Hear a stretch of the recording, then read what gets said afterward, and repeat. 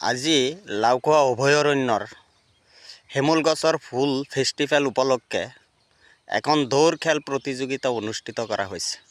উক্ত খেলত ভাৰতবৰ্ষৰ বিভিন্ন ৰাজ্যৰ পৰা ল'ৰা ছোৱালীয়ে অংশগ্ৰহণ কৰিছে।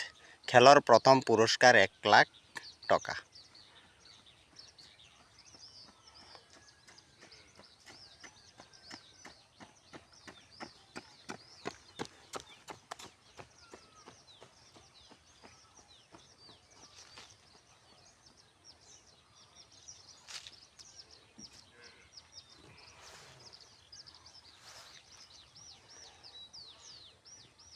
চাওক 1 লাখ টকা ৰানিং 32 কিলোমিটাৰ।